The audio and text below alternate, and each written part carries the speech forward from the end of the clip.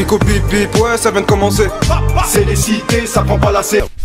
Gros je vois tout comme Fico. Ensuite, hier pour le Lamal Show, il y a Rof qui a été invité. Et c'est pour la 3e partie et c'est pour son album Fitna qui est disponible sur les plateformes. Et en gros, il y a justement le live qui était disponible sur la chaîne de Rof.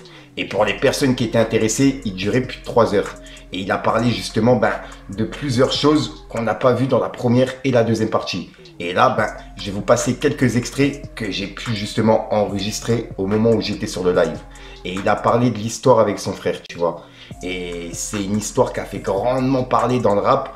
Il y a eu notamment des punchlines qui a été fait dans des sons de Rof, etc. Donc là, il s'est expliqué par rapport à ça en direct live avec Lamal. Et je tenais à vous partager un petit extrait. Pour ceux qui n'ont pas vu, regardez. C'est assez particulier parce que moi, cette peine-là, c'est celle qui m'a fait le plus mal. C'est la première. Et pourtant, je ne suis pas resté des années, tu vois. Mais elle m'a fait mal cette peine par rapport à mon frère. Moi, j'avais un poignard dans le cœur, mais tu peux pas savoir, tu vois. Donc imagine, tu es là, tu es en cellule, tu regardes, tu confonds le carrelage, le plafond. Limite, des fois, tu es là, tu te trempes dans la tête, tu dis mon frère, pourquoi tu m'as fait ça? Tu es dans un truc où tu essaies de trouver le pourquoi du comment, tu dis comment ça se fait qu'on en est arrivé là, etc. etc. Donc, au-delà du fait que ma carrière prenait un coup, je pensais surtout à mon histoire de famille. Et j'avais mal, parce que quand tu as mal, c'est que tu as beaucoup d'amour pour ton frère. Parce que toi, quand tu es à l'intérieur, tu sais pas ce qui se dit dehors. Exactement, j'imaginais. Non, mais t'as pas. J'imagine, en plus c'était une période où j'étais très très énervé, t'as vu. J'étais un autre gars, j'étais très tendu, t'as vu. Je marchais armé, il y avait plein d'histoires en même temps. Et j'étais intransigeant surtout, t'as vu. Donc à cette période-là, je me disais, bon, on en veut à la place que j'ai pris dans le rap en fait. Il y avait beaucoup de jalousie, surtout sur les personnes qui étaient plus âgées que nous, qui estimaient qu'on était redevable de quelque chose ou qui essaient de nous tester ou nous rabaisser encore une fois, tu vois, sur nos succès, etc. Et moi, j'avais la rage. Je dis, mais je les connais même pas, on s'en prend à moi, tu vois ou pas? Donc, il se passait plein de trucs en même temps, et notamment dans ma vie privée, qui fait que quand je me suis retrouvé dans cette cellule, je comprenais pas ce qui m'arrivait. J'ai dit, waouh! Et en même temps, à chaque malin bien. Je me dis, au final, ce passage-là de 5 mois, il a peut-être, comment dire, il a peut-être ratissé le terrain, tu vois ou pas? Et ça m'a permis de prendre du recul, faire une petite introspection de moi-même, chose que je n'avais pas fait avant, avec la fierté des nôtres, etc. en tout cas. Et voilà, j'étais comme en immersion, en autarcie. Et ça m'a permis d'avoir un regard clair sur le monde de dehors, sur ce que j'étais devenu et sur ce qui me restait à faire. Et pourquoi l'histoire de mon frère et voilà, je me suis moi-même fait un petit bilan et je suis ressorti blindé. Et quelque part, voilà, à chaque main bien, frère, tout simplement. Justement, tu parles de cette histoire quand même. En plus, il n'y avait pas les réseaux aussi, donc c'est un inconvénient aussi pour aussi nous, parce qu'on voit une information et forcément, on se fie à cette information. C'était parisien, etc. Exactement. Ouais. Ils ont leur manière aussi de relater les histoires. Chacun son narratif. C'est pour ça qu'on en vient là, en fait. Il y a un narratif qui a été... qui est sorti de la justice, voilà, la justice a eu sa manière de raconter l'histoire. Au jour d'aujourd'hui, vous connaissez la justice. Exactement. La justice a sa justice. Pas celle du peuple. Ouais. Pas celle de l'humain, forcément. Tu vois pas. Donc, pour l'histoire je reviens sur l'histoire de mon frère, par exemple. Attends, excuse-moi, avant ça. On va regarder quand même en image. Vas-y. On regarde en image quand même. Voilà, et après, tu vas nous raconter la vraie histoire. Allez. Let's go. On est en famille, Mkouboua Famille Industrie. Bon, on va régler un petit litige là. À ce qui paraît, je t'ai déjà braqué, mon frère. Jamais, c'est quoi? C'est un film ou quoi? Ça sort quand? J'essaie. Gaumont. Il sort quand le film? Chez Gaumont. Chez Gaumont ou chez Gaumont? Chez Gaumont. Bon, les frères, la famille c'est sacré. Faut pardonner et tout. S'en bat les reins. Quoi qu'il en soit, le sang c'est le sang. Faut pardonner, quoi qu'il en soit, le sang c'est le sang. D'où tu pardonneras? Avec le titre Genadi, justement, dans la Cuenta, titre incroyable, où tu parles de... J'ai pris du temps. J'ai mis du temps à pardonner. Tu vois ce que je veux dire? Parce que des fois on dit on pardonne, Mais on n'oublie pas. mais en vérité on n'oublie pas. Et on pardonne pas réellement en fait. On pardonne pas réellement au fond, tu vois. Quand on oublie pas, c'est qu'on va pas pardonner. Et quand je vous dis qu'il ne faut pas prendre à la légère cette histoire, sur ce que moi j'ai ressenti, c'était terrible. J'ai saigné du cœur, frère, la vérité. J'ai eu très mal. Des fois, je me revois encore en promenade, le matin, capuché, il pleuvait, des cordes, et les petites crevasses. Vous savez, la promenade de Fresnes, c'est la plus vilaine du monde. Les Gaspard, les rats qui passaient tout seuls, caillés, tu vois, tu as la fumée qui sort de la bouche. Je parlais tout seul, je parlais à mon frère. Pourquoi tu m'as fait ça, mon frère? J'avais mal, t'as capté? Et donc voilà, et au final je suis sorti, je lui en voulais beaucoup au départ, d'où la phrase « Pourquoi tu cours ?» en criant « Police au secours ». J'avais la rage, tu as vu. J'avais pas le recul encore, j'avais pas la sagesse, j'avais pas le... Tu vois ce que je veux dire, je me refaisais le film et j'étais encore en victime dans ma tête, tu vois. J'étais pas assez grand encore. Et après quand j'entendais que des gens lui en voulaient, par rapport à cette phrase-là, même dans Que pour les vrais aussi. Je préfère un frère, je préfère quoi, je t'ai dit? Quel sida, qu'une balance du même sang. Toutes ces phrases-là, c'était de la colère. Tu les regrettes aujourd'hui? Bien sûr, c'est regrettable, tu vois.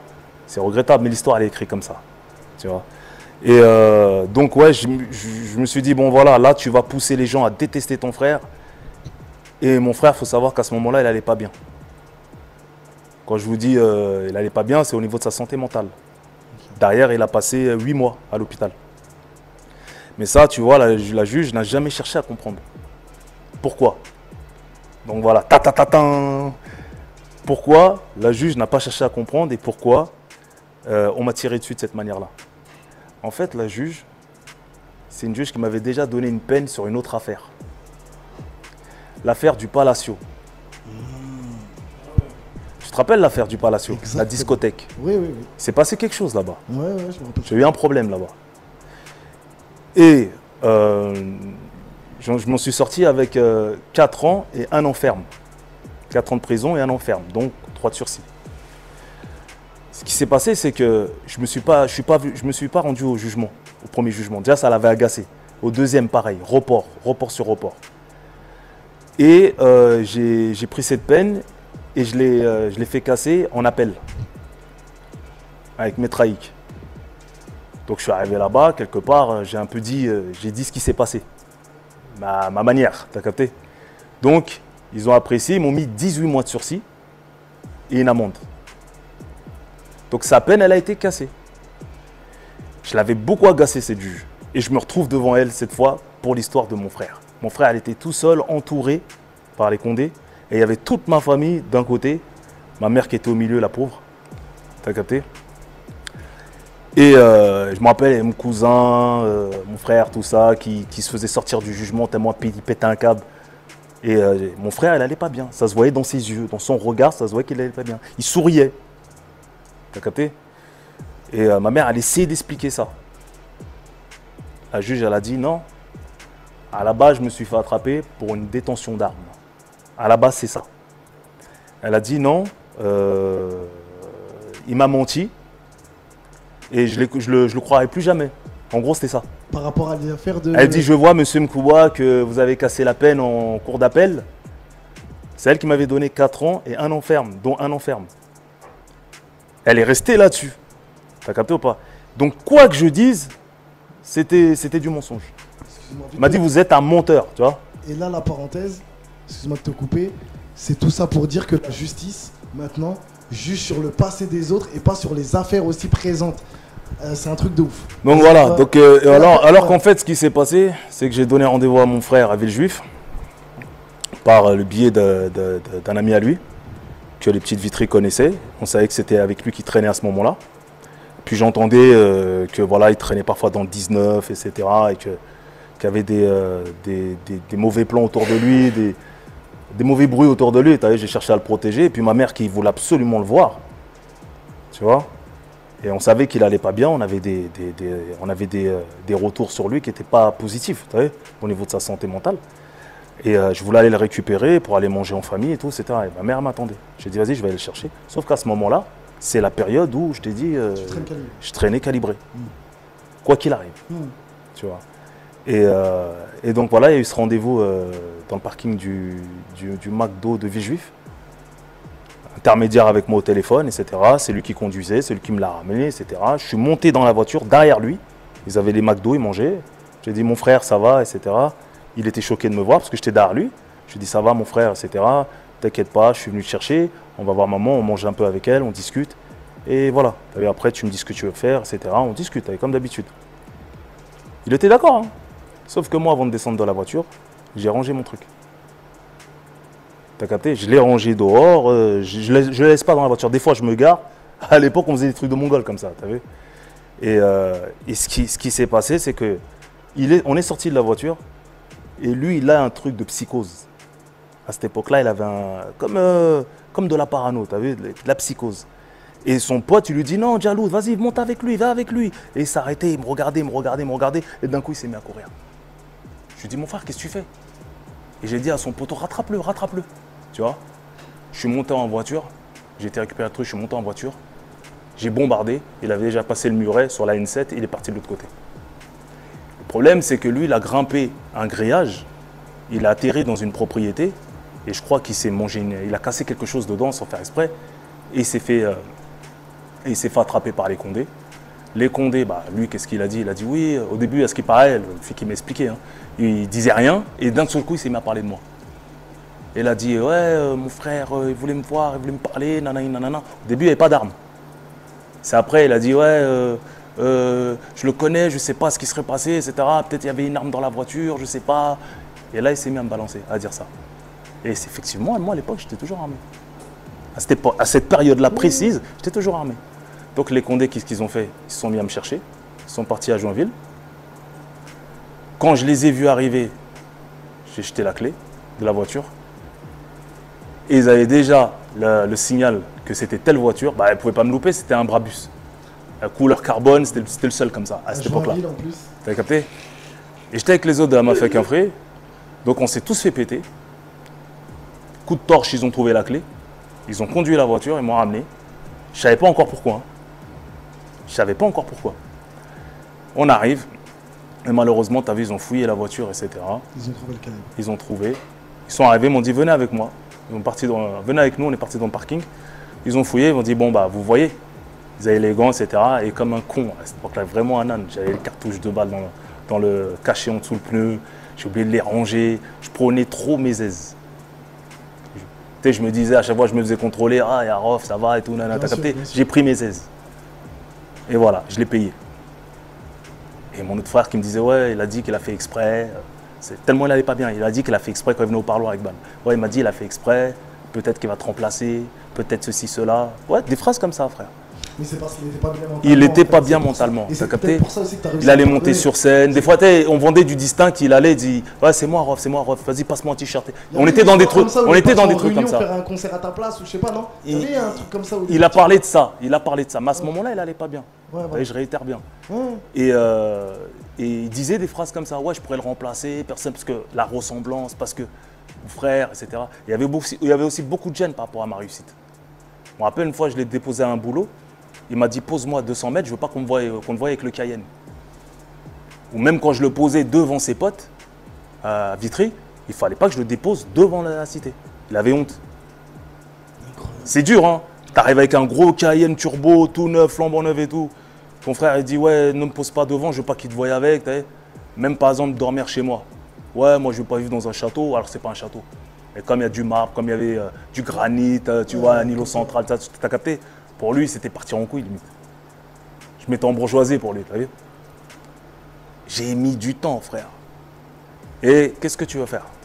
Comment tu veux expliquer ça au public à ce moment-là? C'est pour ça que je voulais faire aussi. Et que à aucun moment, la malle, moi je suis venu, j'ai fait, tiens, je te braque mon frère. Ça n'a jamais existé, ça. À aucun moment. Nous, on a tous pensé. C'est pour ça qu'il te le dit dans la vidéo. C'est pour ça qu'il te le dit dans la vidéo. Pourquoi faire? Je suis en danger, j'ai quoi? Non, mais c'est bien. M'a fait quoi? Non, mais c'est bien que tu l'expliques parce que. Je vais chercher mon frère pour ramener à ma mère. Ouais. T'as capté? Donc je vais le braquer. Parce qu'on veut manger un bon maélé madaba à la maison. Tu vois? On entend des histoires qui sont autour de lui, il est menacé, etc. T'as capté? Donc moi, je vais à mon tour le menacer. Non, je vais chercher mon frère comme un protecteur. Je le ramène. Et malheureusement, tu as vu, je te dis, il faut prendre en compte l'histoire de la santé mentale. Et derrière, il a fait 8 mois. Mais excuse-moi de te dire ça, mais ton frère, voilà, il n'allait pas bien mentalement. Pourquoi tu as mis autant de temps à aller vers lui? C'est peut-être pour ça que la parole s'est installée. Pourquoi? Si tu avais été plus Parce avec lui, parce que moi-même, je suis un être humain. Et quand je te dis que j'ai eu le cœur qui saignait à flot quand j'étais dans ma cellule, imagine, tu as fait tout ça, tu as fait tous ces albums, tu t'es pris la tête à construire une carrière. Vous voyez, j'ai pas de diplôme, moi. Tu vois, j'ai pas passé le bac, moi, tu vois. Donc, et c'est ton propre frère. Parce qu'à ce moment-là, comment je l'interprète, moi? Je me dis, c'est de la jalousie. C'est de la haine. Parce qu'il y avait d'autres histoires aussi, tu vois. Donc, je tairai aujourd'hui parce que c'est plus nécessaire d'en parler. Mais je me disais, putain, en fait, c'est les proches qui te font le plus mal. Et pourtant, moi, j'ai toujours essayé de lui proposer, de l'aider, de lui trouver un taf, etc. Mais je comprends aussi que lui, il voulait s'en sortir tout seul. Mais à un moment donné, il y a eu un tel fossé sur les réussites, tu vois, qu'il y a eu de la gêne. Et ça c'est difficile à vivre. Tu peux aller regarder chez les Pogba, tu peux aller regarder j'ai plein d'histoires de footeux, d'artistes, d'acteurs, etc. Des gens qui ont réussi, même chez les Debout, c'est pareil. T'as vu ou pas? Ça, vous soupçonnez pas, mais c'est compliqué à gérer ça, de l'intérieur. Et oui, j'ai eu la rage. J'ai eu la rage et je ne savais pas comment l'interpréter que par des mots. Je me disais, ouais, pourquoi tu cours en criant police ou secours? Je n'avais pas. Tu vois? Mais en fait, il n'y avait rien de tout ça. T'as capté? C'est pour ça qu'il te le dit dans la vidéo tranquillement. Oui. Et après, j'ai eu la rage, je te donne la parole une fois. La rage, elle est passée. J'ai écrit, tu pardonneras. Parce que tôt ou tard, tu pardonneras. T'as pas le choix. Excuse-moi, une fois, tu voulais dire quelque chose après, mais tu pardonneras vite. Attends, t'entends. Entre le moment où il y a cette trahison, entre guillemets, et cette vidéo qu'on a vue, il y a du temps qui s'est écoulé. Ouais. Et moi, je voulais savoir aussi si il y a aussi cette envie de le protéger, parce que tu sais que, en fait, c'est un problème de santé mentale. Et donc, du coup, c'est privé, tu vois. Donc, il te demandait, il te demandait, ouais, pourquoi t'as pas pris la parole pour nous expliquer, mais est-ce que t'as pas eu envie aussi de le protéger de cet épisode qu'il a vécu mentalement et de pas le mettre sur la place publique? Bah déjà ouais, tu passes 8 mois en HP, en hôpital psychiatrique. Juste après ça. Moi en attendant, je devais aussi faire un travail pour accepter ce qui s'était passé et pardonner. J'avais la rage, j'étais en colère, moi j'avais la haine. Tu vois, je lui dis, mais c'est pas un frère ça. J'étais énervé à ce moment-là, tu vois. Et petit à petit, tu as vu, tout se dédramatise. Tu vois. Et puis j'ai repris ma posture de grand frère. Et je me suis dit, non, il ne faut pas qu'on lui fasse de mal. T'as capté? Je voulais pas ça, parce que jamais je me serais réjoui que quelqu'un lui fasse de mal. Et je me suis dit, en fait, là, il est en position de fébrilité. Et je ne devais pas en rajouter. Donc je me suis dit, Dieu te donne des épreuves. Il ne te charge pas plus que ce que tu peux supporter en épreuve. Donc s'il m'a donné ça, c'est que je pouvais supporter. Et je devais en tirer une leçon. Parce que forcément, j'étais aussi pour quelque chose. Tu vois? Même si la chose dont on m'a accusé ne s'est pas avérée du tout. Mais peut-être que j'ai attisé aussi cette jalousie sans m'en rendre compte. Peut-être que j'étais trop autoritaire. C'est ce que je me suis toujours dit. J'étais trop autoritaire sur lui. Là, on n'a que 2 ans d'écart. Mais à l'époque, 2 ans d'écart, ça se voyait. Parce que là, on parle de frères qui sont arrivés 5 ans après moi des Comores. Donc quand ils sont arrivés, moi je parlais déjà français, j'étais déjà francisé, tu vois, par rapport à eux. T'as capté? C'est quelque part, c'est moi qui les protégeais dans le quartier. Tu vois? Donc ils m'ont toujours vu comme ça un peu. Et à partir d'un moment, moi j'ai pris de la distance au niveau de la réussite. Et je pense que ça a créé des complexes et des frustrations. Donc qu'est-ce que tu fais? Tu veux tendre la main. Mais il y a des frères aussi, ils ont envie de prouver qu'ils peuvent s'en sortir sans toi. C'est un besoin personnel que je peux... Voilà, ça regarde que lui en fait. Tu vois? En fait, tu parlais des Pogba, tu parlais des Debout, tu parlais de plein de familles comme ça. Nous, c'est important, c'est pour ça que je voulais faire cette interview, parce que t'en parles, parce que nous, on peut pas le comprendre. Moi, personnellement, j'ai pas mon frère qui est multimillionnaire ou qui a réussi, on va dire, de ouf. Donc, ça veut dire, c'est vrai qu'on sait pas comment c'est et comment gérer, parce que forcément, le coupable, en tout cas le fautif pour nous, quand on voit de l'extérieur, c'est celui qui a de l'argent. On se dit comment ça, il a de l'argent et il vient, il donne pas un tel, il fait pas un tel, il fait pas un tel. Tu vois, forcément, nous, dans l'histoire Pogba, on va dire Paul, il donne pas ou... Bah, c'est le sentiment que j'ai eu, parce que pendant cette décennie-là, les critiques que j'entendais à droite à gauche, c'était ouais, comment ça, il a réussi, il a tout ça et il laisse ses frères crever. T'as capté? Mais ça, c'est facile à dire. Parce que tu sais pas ton frère ce qu'il veut faire exactement. Et même si tu le mets autour de toi, il n'est pas forcément qualifié pour gérer le taf que tu vas lui donner. T'as capté? Tu vas me dire ouais, mais ça s'apprend. Ouais, mais frère, quand tu t'appelles Rof à ce moment-là et que tout va trop vite, que tu as un manager, tu as une maison de disques et que tu n'as pas le droit à l'erreur. Et comme on dit, le business en famille, il ne fait pas toujours bon ménage. T'as capté? Et tu m'as vu, j'ai donné de la force à un autre frère. J'ai tout donné même. J'ai mis de la visibilité, toute la force que j'avais moi, je l'ai fait croquer. Plus à lui qu'à l'autre. T'as capté? Donc, est-ce que ça n'a pas joué ça aussi? C'est ce que tu es en train de dire. Ouais, mais il y en a un qui voulait rapper vraiment. Après, l'autre, il s'est mis à rapper après. Ok.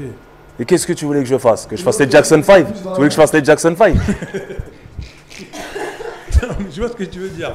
Frère, je donne ma première mixtape qui s'appelle 10 ans d'avance à Iqbal. Je lui dis vas-y, tu veux faire speaker, vas-y fais speaker, parle dedans avec DJ Mosco à l'époque. T'as capté? C'est comme ça déjà que je lui mets le pied à l'étrier. Ensuite, c'est les mixtapes. À chaque fois, je lui donne un morceau tranquille, gratuit. 2 morceaux parfois. J'ai même posé avec Sefiu, je fais c'est comme ça. Et Talent Fâché 1, 2, 3, 4, etc. Performance. Et je rajoute toujours des morceaux. Et il les sort toujours en premier. En tout cas, c'est les morceaux qui font décoller le truc. T'as capté? Et ensuite, derrière, je fais les featuring pour les albums. Qu'est-ce que tu veux que je fasse de plus? Après, je le ramène sur 2-3 albums à moi. Je lui donne un point de réal. Il est là, il assiste comme toi, tu es venu au studio, tu m'as regardé, enregistré, comme d'autres regards enregistrés. Mais je lui dis, je te donne un point de réal parce qu'à ce moment-là, il venait d'avoir un enfant.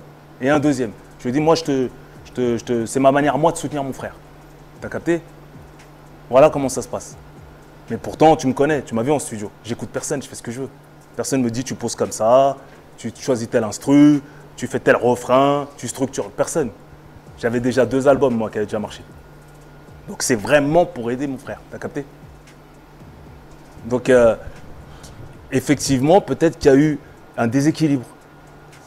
Hein? Mais en même temps, mon frère voulait s'en sortir tout seul. Tu vois, il y avait ça. Ouais. C'est quand Sandra Gomez a dit, elle dit que dans PDRG, voilà, il y avait des phases de merde. Et pour rejoindre un peu ce que tu disais tout à l'heure, on a la vidéo, on va la mettre. Donc je suis mitigée parce que effectivement moi de nouveaux morceaux de Rof je vais les écouter parce que je le trouve toujours archi chaud, mais c'est pas son meilleur niveau parce que pour moi il vient pas sur cet album avec les bonnes intentions, du moins les intentions qui font que je l'ai aimé au début. Il y a beaucoup de phases de merde aussi et il y a ce truc de rap en hashtag qui est très à la mode, qui se met à faire et que je trouve pas intéressant chez Rof. Je vois qu'il essaye de tenter plein de trucs. Je suis pas fan de tout. Je garderai peut-être je sais pas, il y a 26 titres il me semble au final. C'est ça, un truc comme ça. Ouais. C'est assez long. Je sais pas si je garde la moitié. Donc après, ce que je garde, c'est très bien, j'adore. Mais dans l'ensemble, pas un très bon album de Rof par rapport à tout ce qu'il a fait à côté. De retour dans le Rof Live Show, voilà, j'ai voulu montrer le côté pile et le côté face, parce que c'est incroyable quand même. C'est incroyable quand même de oser dire qu'il y a des phases de merde. Tout à l'heure, tu parlais voilà, des gens de travaux finis, comment on dit déjà? Bon, l'expression, voilà, les inspecteurs du travaux finis.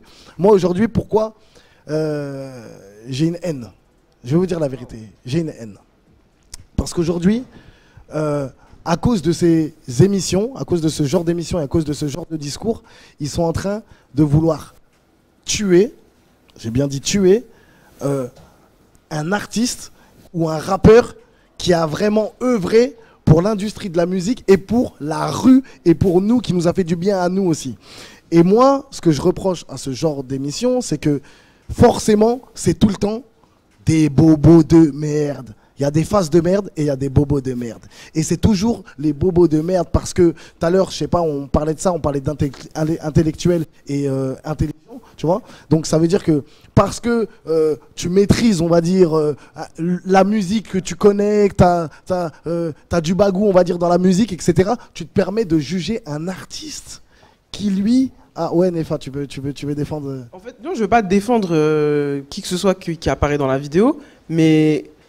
Juste sur le côté, tu vois là, le truc c'est que t'es en mode, vas-y, Sandra Gomez c'est une bobo et tout. Bon, déjà c'est pas le cas.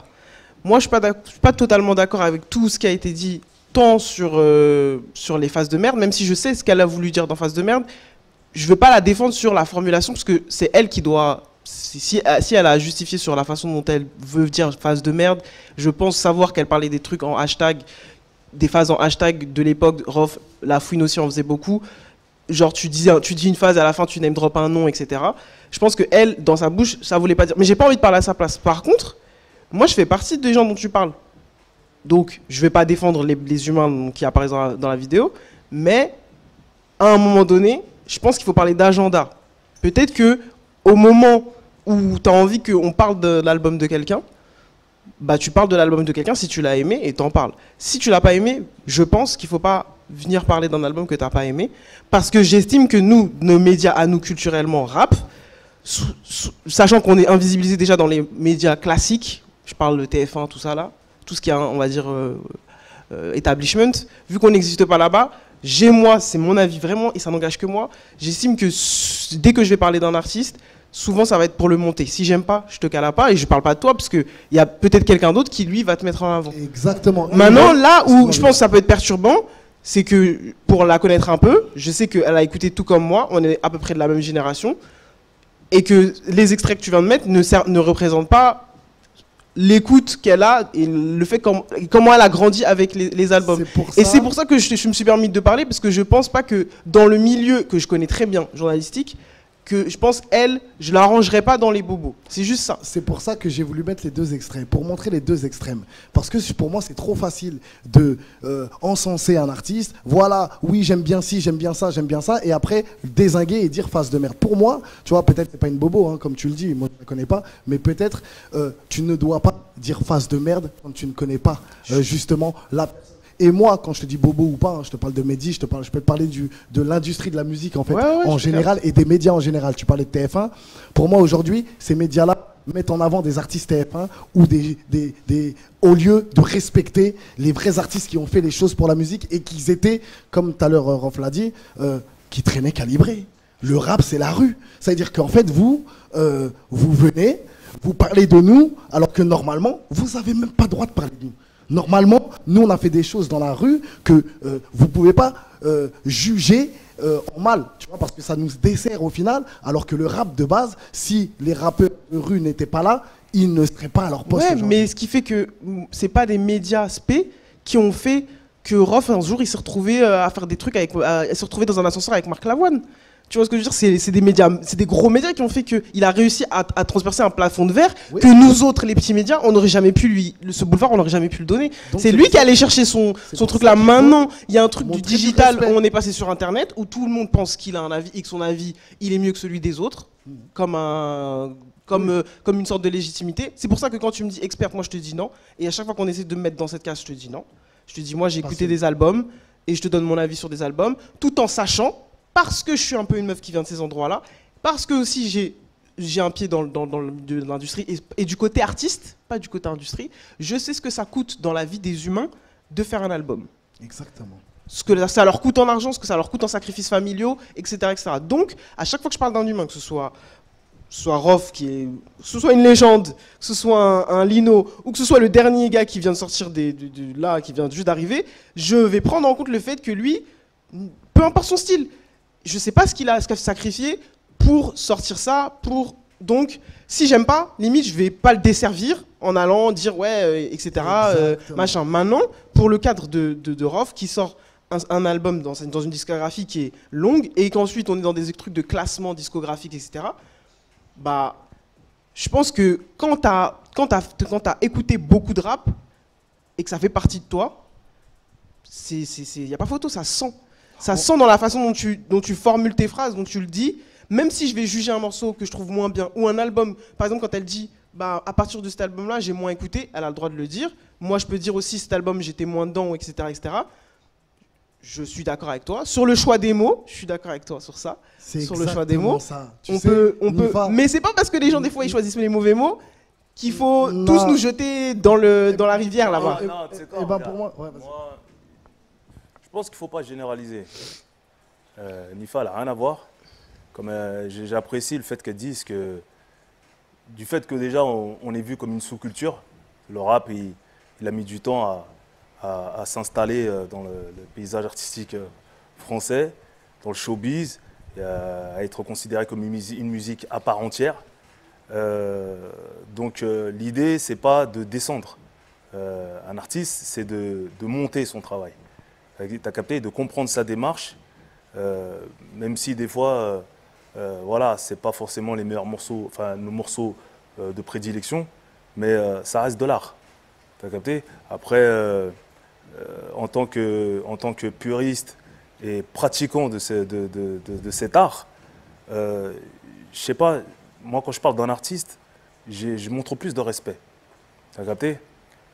Parce qu'il faut savoir que si un morceau ne plaît pas à une tierce personne, c'est pas pour autant qu'elle va pas plaire à 100 000 personnes. Donc la tierce personne, qu'est-ce qu'elle devient? Elle détient le monopole de la pensée unique. Est-ce que c'est elle qui représente la force du nombre? En gros, toi t'aimes pas, mais quand je joue par exemple, t'aimes pas Zlatana, parce que je parle d'un genre de meuf, tu vois, c'est ce que j'ai entendu dans cette interview. Ouais, j'aime pas Zlatana, j'ai pas que ça à faire d'entendre mec rapper sur un genre de meuf pendant 4 minutes, tu vois. J'ai envie de dire, mais pour qui tu te prends, toi? Parce que moi, quand je chante Zlatana à Bercy, j'ai 20 000 personnes qui crient, qui chantent le morceau par cœur.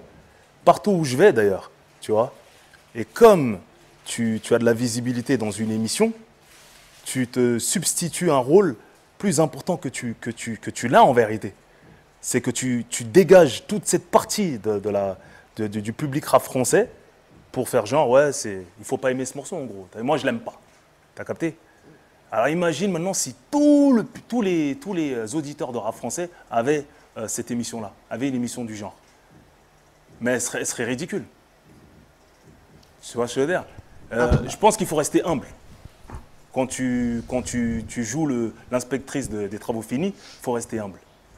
T'as capté? Parce que c'est pas parce que t'aimes pas un morceau qu'il ne marche pas et que les gens n'aiment pas. Je veux dire, et puis on ne vient pas tous du même milieu, ce morceau n'est peut-être pas adressé à toi.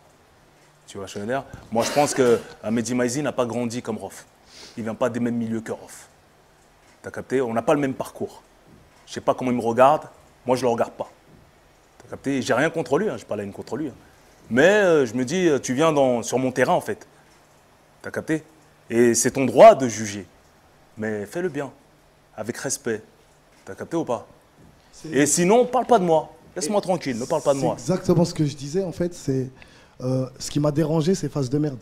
Et au-delà de ça, après le classement... Attends, la mal, au-delà de ça, pourquoi je me suis dit, il y a aussi du mépris. Parce qu'on a constaté que même sur la présentation d'une photo, ils sont obligés de me mettre un filtre de vieux. Vous pouvez le montrer, hein, vous avez les photos. Hein.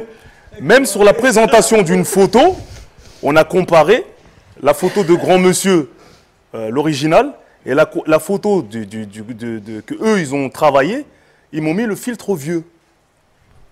T'as capté? Par contre, sur les autres artistes, ils ont tous le filtre jeune lisse. T'as capté? Et tu vois carrément des mains avec des ongles sales, des veines, je suis maigre, on dirait que je suis malade, j'ai 1000 taches partout, je suis tout mété. T'as capté ou pas? Tu dis donc, c'est pourquoi faire ça en fait? C'est pour me faire passer pour un mec dépassé, qui n'évolue plus, selon toi. Donc, tu préfères la New Wave à PDRG? Tu préfères la New Wave à Grand Monsieur? Tu vois? Tu me dis, ouais, c'est pas ma tasse de thé, Côte de l'horreur. Côte de l'horreur, c'est l'un de mes meilleurs albums. Donc, c'est pas ta tasse de thé. Oui, il a dit ça. Il a dit, ouais, moi, j'ai pas kiffé Côte de l'horreur. Donc, tu as dit, en gros, Testament, Paris, Sévère, la grande classe, l'expression du malaise, rap game. progresse. T'as le droit, hein, t'as le droit. Hein. Voilà, c'est ça mais que j'allais comment dire. tu peux aimer cet album-là? Mais comment tu peux aimer des morceaux cet album-là, voilà, et l'autre, alors que en fait c'est la même veine, c'est la même ADN, gros. C'est des prods de malade, ça a été fait au States, c'est très avant-gardiste. Tu me dis à moi, ouais, il y avait rien de... Il a perdu en fraîcheur. Mais gros, toutes les prods qu'il y a dans Code de l'horreur, c'était ce qui se faisait de plus tendancieux à l'époque. T'as capté ou pas? T'avais Jonathan Rotem, ça a été produit, ça a été mixé par Dre, par l'ingénieur de Dr Dre. J'ai mis tous les ingrédients dedans. Tu vois ou pas? Toutes les planètes étaient alignées. Donc je me dis, attends, il y a un problème, il y a un souci. Avec la présentation des photos, le filtre vieux, là, il y a une volonté de vouloir me rendre plus vieux que je ne le suis. Has-been. T'as capté? Et je me dis donc il y a autre chose qui se cache. Je suis en droit de me poser ces questions. Oui ou non? Ouais, non. Moi, je suis. T'as jamais eu de retour. Attends, excuse-moi. T'as jamais eu de retour par rapport à ça? Par rapport à Mehdi? Il est jamais revenu vers toi? Ouais, mais ça, je rentre même pas là-dedans. Non, mais parce que. Je rentre pas là-dedans. Le truc, c'est que. Je suis pas là pour polémiquer. Non, mais. Moi, le truc, c'est que moi, je vois plein de trucs hein, sur les réseaux sociaux et tout, par rapport à Mehdi, il est plus influent, etc., etc. Mais en vérité, pourquoi donner du crédit à tous ces gens-là? Pour moi, il faut les ignorer. Tu vois. Pour moi, il faut les ignorer. Parce que je ne sais plus comment s'appelle la sœur, Sandra, c'est ça? Elle a donné son opinion. En gros, elle a fait comprendre qu'elle a kiffé Rob jusqu'à 2008. Après 2008, pour elle, fin du game. Elle a le droit de le dire. Donc dans La Cuenta, un morceau comme Dans Ma Wers qui était on avance comme jamais.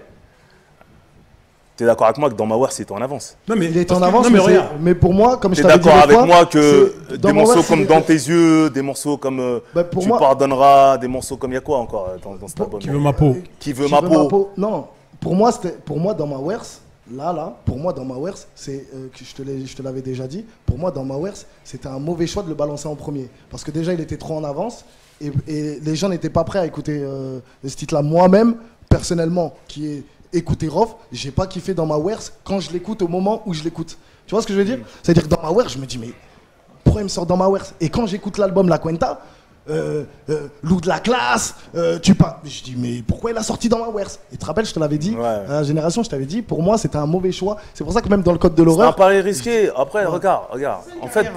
En fait, le truc c'est, je venais de sortir du Code de l'horreur et c'était un album assez rentre dedans. Et à cette époque-là, je traînais pas mal à Miami, t'as vu? Et j'écoutais grave YMCMB, t'as vu, j'étais dans ces sonorités-là. Tous les beatmakers d'ailleurs se mettaient à produire comme ça.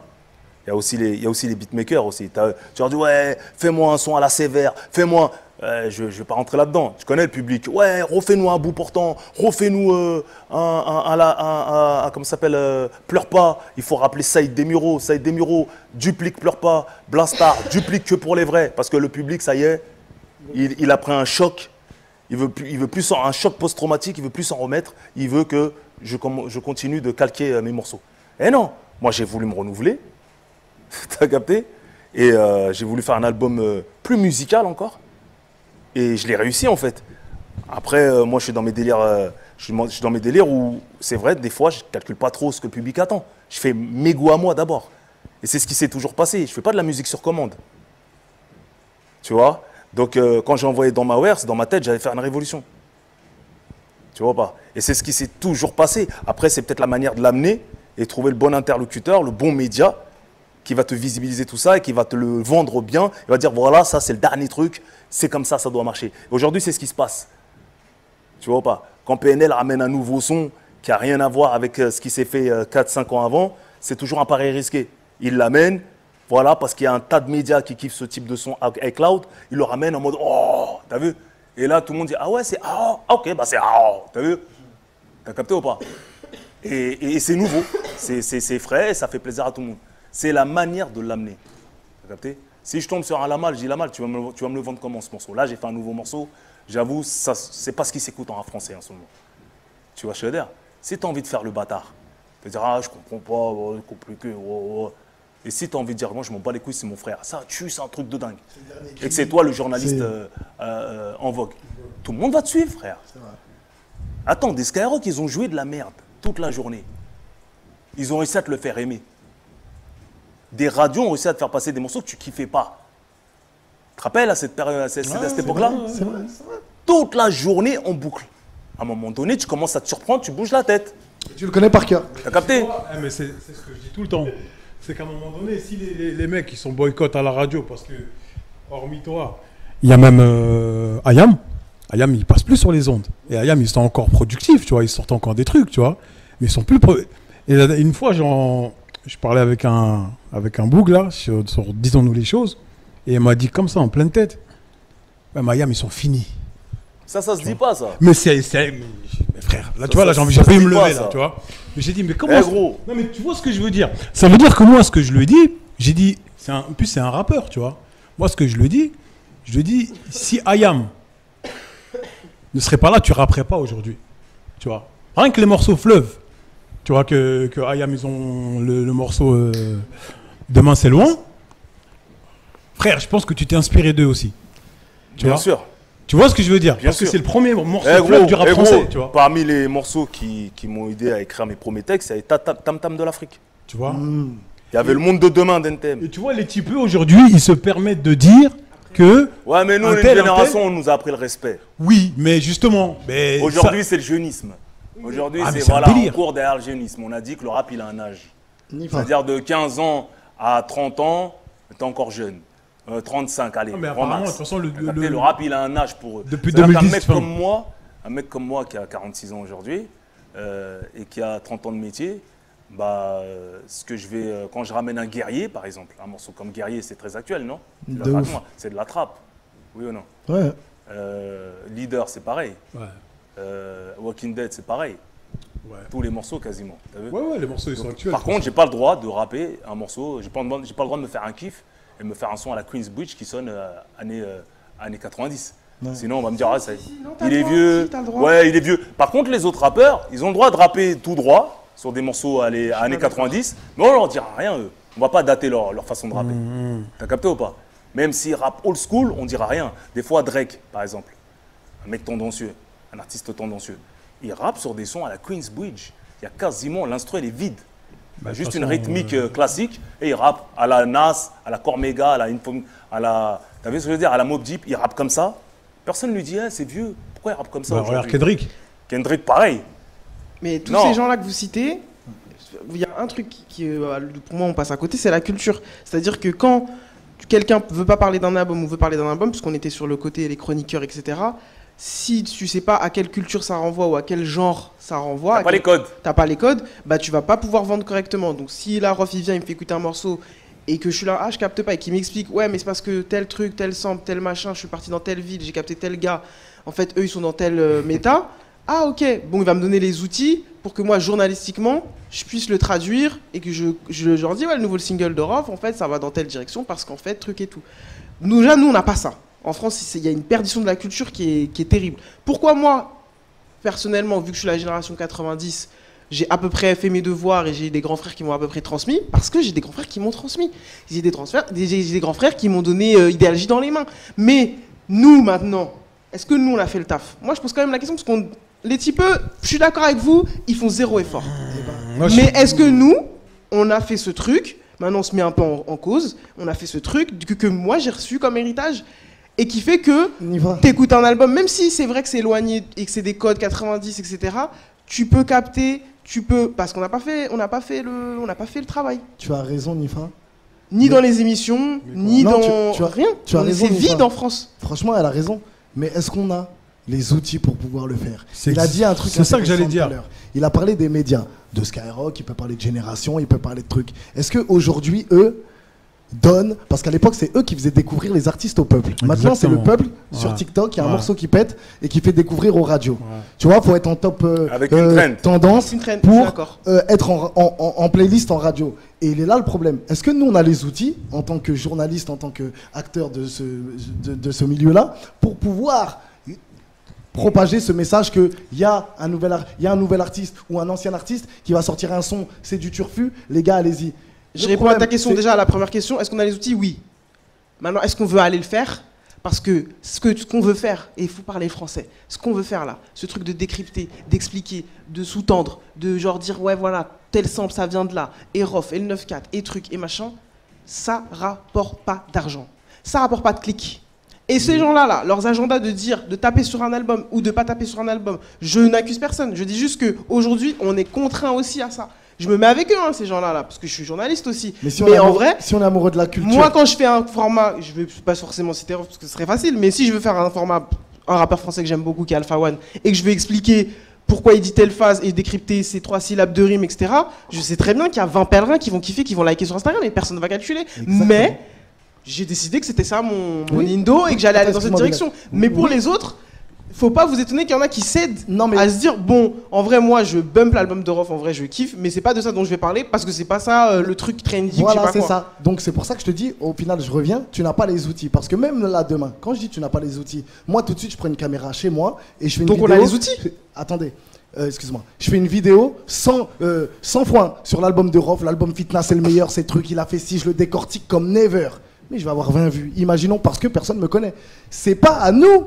C'est aux médias qui sont en place, comme c'est pour ça que tout à l'heure je parlais de Mehdi Médias, Maizi. c'est zéro, il n'y a pas de médias en France. Attends, excuse-moi. C'est pour ça que je parlais de Mehdi Maizi, je parlais de Sandra parce qu'ils ont quand même, ils sont écoutés. Bouscapé aujourd'hui, pourquoi je parle d'eux? Parce qu'ils sont entendus. Skyrock, parce qu'on les écoute. Génération, parce qu'on les entend. Moi personnellement, quand j'avais les outils dans les mains, je l'ai toujours fait. Ah, déjà, on est dans une aujourd'hui, on est dans une période où le gossip passe avant l'artistique. C'est là le problème. Et c'est aussi pour ça, c'est aussi pour ça que le rap a pris un coup, pour moi. Même s'il y a des trucs sympas qui sortent, mais la vérité, moi, en tant que puriste, en tant que, je l'assume, et je vais manquer de modestie peut-être, mais en tant que scientifique du rap, la vérité, je trouve que le rap a pris un coup en France en tout cas. Mais le rap, il a pris un coup. Et il est à l'image de la société qu'on vit. Exactement. Donc maintenant, c'est la culture de la légèreté. Donc quand tu arrives avec du trop lourd, c'est trop lourd dans leur tête. T'as capté ou pas? Bah, tu sais quoi? T'as vu un morceau comme... TikTok, non, mais, voilà, ils veulent des trends, des trucs légers. Non, mais tu vois. Et les gens, le public ne connaît pas les couplets, mais ils connaissent la trend. Voilà. Le morceau, il passe à la trappe. C'est quoi? C'est du produit de bon marché, en fait. C'est du rap de l'usine. T'as capté? Voilà, ça passe, hop, étiquette, hop, tac, étiquette, hop. Voilà, c'est ça le rap maintenant. Moi, je suis pas... Moi, le rap, c'est ma passion, frère. Moi, je le fais avec beaucoup d'amour. L'autre, il a dit, ouais, il a fait 44 doubles albums. Il le dit avec d'un air hautain comme ça, genre comme s'il prenait de haut. 44 doubles albums, il faut les faire, frère. T'as vu, c'est des doubles albums. Il y a beaucoup d'amour là-dedans. T'as capté, il y a beaucoup de travail, beaucoup d'énergie. Il y a eu beaucoup de problèmes aussi derrière tout ça. C'est facile de survoler une carrière en disant, il a fait 44 doubles albums. Ah, j'aime pas ce morceau. C'est ce que je veux dire. C'est facile de faire ça, mais vous vous rendez pas compte de ce que ça représente. C'est ce que j'allais dire alors déjà. Toi, t'as fait quoi, toi, en gros? Moi, c'est ce que j'ai envie de dire. Toi, t'as fait quoi? C'est quoi ton talent? C'est de critiquer? Ou chercher une critique quoi qu'il arrive? C'est quoi ton talent, en fait? Moi, c'est la question que je me pose. Mais... Quand on se prétend chroniqueur, il faut avoir un espèce de code de déontologie et comprendre ce que ça représente pour l'artiste avant de prendre la parole. T'as capté? Parce que c'est facile d'être autour d'une table et puis casser le travail de quelqu'un. C'est facile. Y'a le caïman sur l'antillais, y'a l'ancien qui fait chier. À l'affût sont les tiers, car par ici ça peut tuer. J'ai 2-3 que trucs à gérer, représenter mes natchés. Tu peux me croiser un bat ou bien dans un Toyota, c'est un... J'ai des armes automatiques à la Joe Petit. La Selha, des ouvrages à la Joe Petit. Des clients en Europe à la Joe Petit. Des sacs de sport remplis de liquide à la Joe Petit.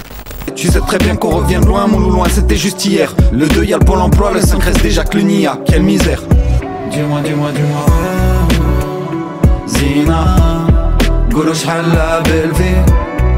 Le cœur froid c'est. On opère en TN, on opère sans PN. Des atroces CN au fond de mon checker. Je regarde pas la télé, je veux pas y passer. Si je prends un bon billet, tu me verras, tu pars. Je passe ma vie dehors, on a cherché les sous tard le soir avec la double T. Un jeune Gauri qui sort du bubble tea. Je m'y voyais pas comme ça quand j'étais plus petit. Oh, laisse pas traîner ta petite sœur, si tu veux pas qu'elle glisse. Ça vend du shit comme Ali 4, ses os ventrés du réglisse. Qui blisse, nous joue des tours de magie. Il se m'emploie comme un CKJ. On entend dans le flag, ça sert les schlags en survêt de basket. Sans pas les couilles d'avoir du swag. Motherfucker pussy boy, arrête de faire le fou. Quand je vais t'attraper, tu vas me faire passer pour un fou, un psychopathe, un mec pareil. L'hiver en claquette, ça m'a levé un bas soleil. Là où là, je m'occupe ici de faire ou pas, ben gros bail.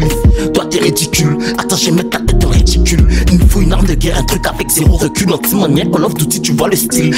On évitait les salades et les histoires de salades. les mains pleines de Salah. Poto, j'ai la frappe de Mohamed Salah.